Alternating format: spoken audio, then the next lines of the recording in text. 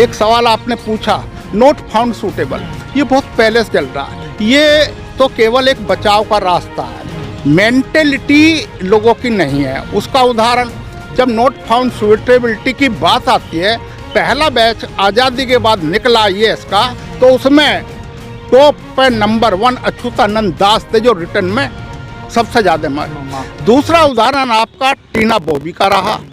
तीसरा उदाहरण आपका उत्बिल बीरबल राजस्थान के IIT में टॉपर है। ऐसे नहीं, कम से कम मेरे पास 100 उदाहरण है।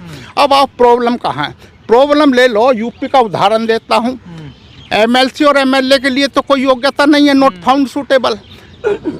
21% पॉपुलेशन है यूपी में, 21 MLC होने चाहिए। MLC में क्योंकि रिजर्वेशन नहीं है तो कितने हैं? 2। ये मेरे पास लिस्ट है जिसके लिए मैंने एक PIL भी लगाई है। और ऐसे ही बिहार का मैंने आंकड़ा निकाला, वहाँ पर 15 MLC होने चाहिए, 3 या 4 है। दूसरा आंकड़ा RTI से मैंने निकाला, उसमें लगाया 700 यूनिवर्सिटी है सेंट्रल स्टेट, उसमें 150 SC ST के वाइस चांसलर होने चाहिए, 2 या 3 है। ये मेरे पास रिकॉर्ड है। तीसरा मैंने आंकड़ा RTI डाल के public sector government of India के निकाले, 402 की लिस्ट आई। 402 में 90 SC ST के चेयरमैन होने चाहिए और उसमें 2 या 3 हैं। ये कहाँ से है? अब सवाल आता है नॉट फाउंड सूटेबल। जितने PSU हैं उसमें वाइस ये क्या नाम है, पब्लिक सेक्टर के जो चेयरमैन है कौन बन रहे हैं आजकल? IAS बन रहे हैं। और IAS आज़ादी के बाद जब बैच शुरू हुआ, IAS IAS PS तो हमारे निकल ही रहे हैं। तो ये तो केवल कहने वाली एक बहाना है, नॉट फाउंड सूटेबल। ऐसे कम से कम बहुत सारे मेजर सेक्टर में बताऊं, और अभी भी PIL के लिए फिर दोबारा मैंने ये डाला, ये सब पॉइंट। अब प्रॉब्लम कहाँ है? द्रोणाचार्य तो हर विभाग में बैठे हुए नहीं, वो मत बताऊं। अब प्रॉब्लम कहाँ है? There is political reservation MLA और MP में।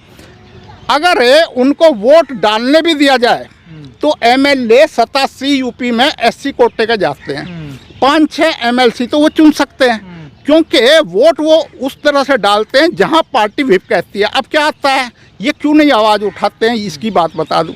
आवाज़ इसलिए नहीं उठाते हैं क्योंकि जो थोड़ा सा बोल्ड होकर आवाज़ उठाएगा उसके ऊपर एंटी डिफेक्शन ला इन्होंने एक बनाया हुआ, उसे रोक लगा।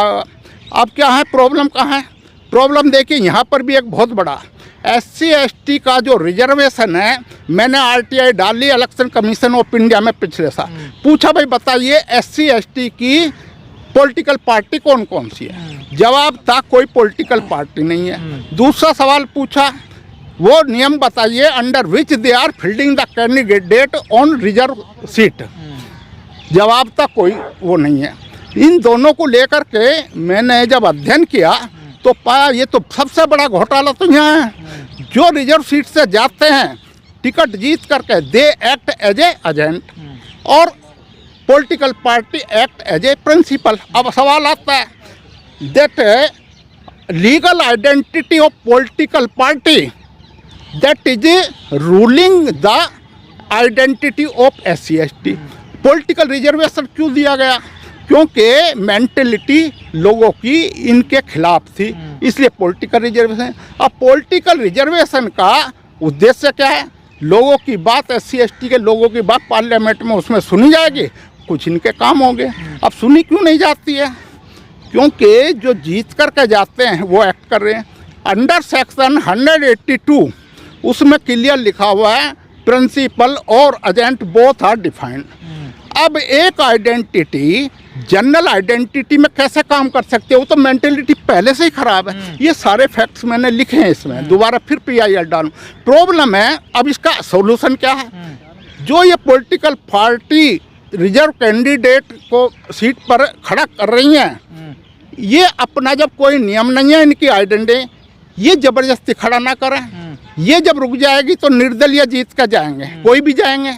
उसमें under section 29A of the representation और पीपल एक्ट उसमें क्लियर लिखा हुआ है कोई भी एसोसिएशन, कोई भी बॉडी जो जीत के आएगी वो अपना लीडर ऑफ द हाउस चुनेगी। तो ऐसे ही 131 MP जब जीत कर जाएंगे लीडर ऑफ द हाउस चुनेंगे और अपनी शर्तों के हिसाब से हम वो देंगे, समर्थन देंगे। सीधी बात है, इसका सोल्यूशन सर है। आप लोग रिजर्वेशन की बात कर रहे हैं, लेकिन यहाँ कुछ सनातन के जो रक्षक हैं, जो धर्म गुरु हैं, वो कह रहे हैं अगर आरक्षण खत्म नहीं हुआ देश में तो गृह युद्ध होगा। एक बात बता खुला दूं, ऐलान है उन लोगों अब मैं का। आपको बता दूं, जो लोग आरक्षण की बात कर रहे हैं, दिस इज नॉट आरक्षण। आरक्षण एक वर्ड दिया, आरक्षण का मतलब है अगर मेरे 21 पॉपुलेशन के हिसाब से 21 MLC बनते हैं तो दैट इज आरक्षण, या उससे कम बनते हैं ना, दैट इज नॉट आरक्षण।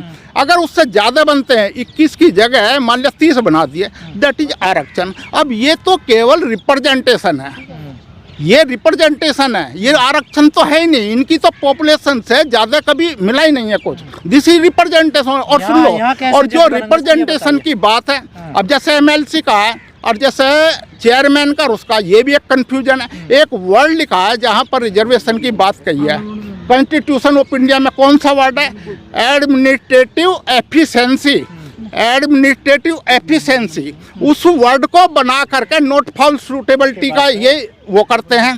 अब वो वर्ड है, मुझे एक बात बताइए, पूरा सर्वे कर लो, कहाँ सूटेबिलिटी नहीं मिल रही है आपको, सर्वे करो उस वर्ड की वजह से। और ऐसा जो सर्विस में रिजर्वेशन है ना, वो कहते हैं हायर कास्ट पे रिजर्वेशन, उस पर हायर पोस्ट पर रिजर्वेशन नहीं है, वहाँ तो रिजर्वेशन की बात नहीं है। दूसरी बात, संविधान में right to equality, right to equality, right to equal opportunity, ये दो चीज लागू कर दें, ये कुछ भी जरूरत नहीं है। चल ठीक है सर, आप क्या करने वाले हैं, आप आगे लोग, और आगे की क्या रणनीति आप लोगों की? देखिए, जो जजेस का अपॉइंटमेंट करते हैं सुप्रीम कोर्ट और हाई कोर्ट का, अपॉइंटिंग जो अथॉरिटी है वो प्रेसिडेंट ऑफ इंडिया है।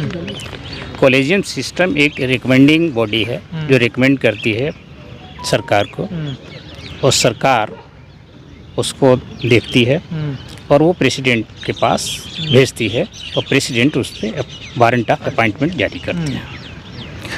तो जो आगे की रणनीति आप कह रहे हैं, हमारा तो अभी यही कहना है कि इस देश में जब तक हम लोगों को सही रिप्रेजेंटेशन नहीं मिलेगा, हम लोग न्यायपालिका में जज नहीं बनेंगे, तो अभी तक जो अन्याय समाज में होता आया है, वह अन्याय कई बार फैसलों में भी देखा जाता है। तो उस अन्याय को रोकने के लिए अगर सही माने में बाबा साहब के अनुयायी, जो वास्तव में जिनके अंदर दर्द और पीड़ा है, जिन्होंने इस समाज को देखा है, दुख उठाया, कष्ट उठाए हैं, वही लोग सही माने में न्याय कर सकते हैं। तो क्या सर इसमें कुछ बार काउंसिल की भी भूमि हो सकती है, अगर वो कुछ अपनी तरफ से इसमें करे तो? हाँ, बार काउंसिल ऑफ इंडिया जो है वो स्टैट्यूटरी बॉडी है, वह भी रोल अदा कर सकती है, उसकी राय ली जा सकती है, लेकिन जो अल्टीमेट जो निर्णय है वह सुप्रीम कोर्ट और भारत सरकार मिलकर के ही इस पर निर्णय लेंगी, तभी यह प्रॉपर रिप्रेजेंटेशन शेड्यूल ट्राइब का हो पाएगा। ठीक है सर जी।